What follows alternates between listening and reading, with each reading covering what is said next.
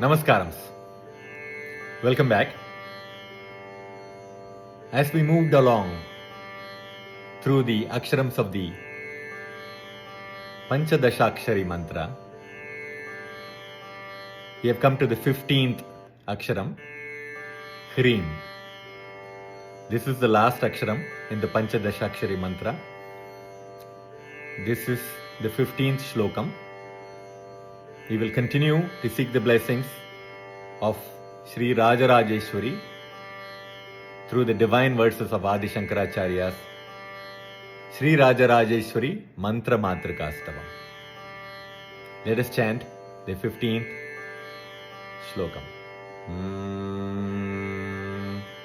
Hrim Kutatrayaropinim Samayinim Samsarinim Hamsinim Vamachara Parayanim Sukulajam Bijavati Mudrinim Kamakshim Karunardra Chitta Sahitam Shrim Shrim Trimurtyatmikam Shri Chakra Priya Bindu Tarpana Param Shri Rajarajeshwari Shri Rajarajeshwari Shri Rajarajeshwari.